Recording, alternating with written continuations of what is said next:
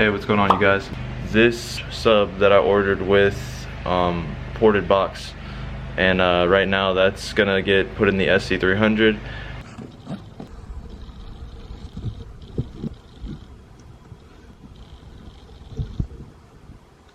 Alright, so I opened the box, and oddly enough there's no subwoofer in with the box like it said it included. So I could wait on them to ship me out another one, but I think I might just go pick one up, and then when they ship it I'll just have it sitting to the side just waiting. So yeah, it's kind of annoying, but hey, it is what it is. Kind of had a gut feeling that they weren't going to include hardware, so I went and bought some hardware.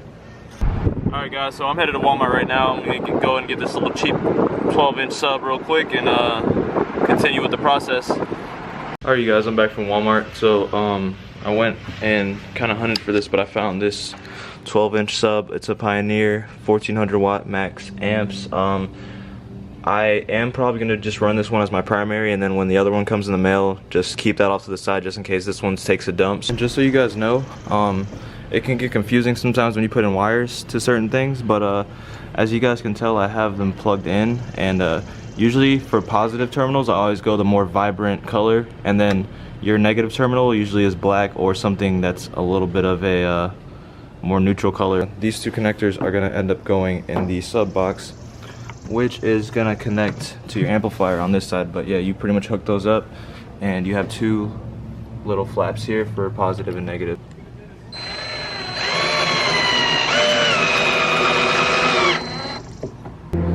And I pulled out the old sub. Look at the difference.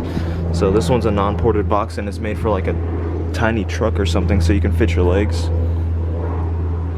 And then here's a new one. So hopefully we get a lot more bump out of this one.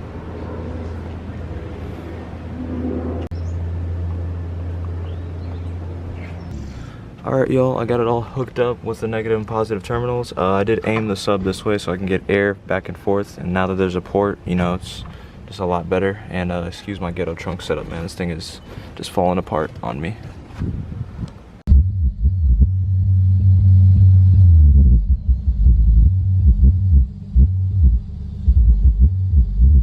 Alright you guys, so that's the end of the video. I hope you enjoyed it.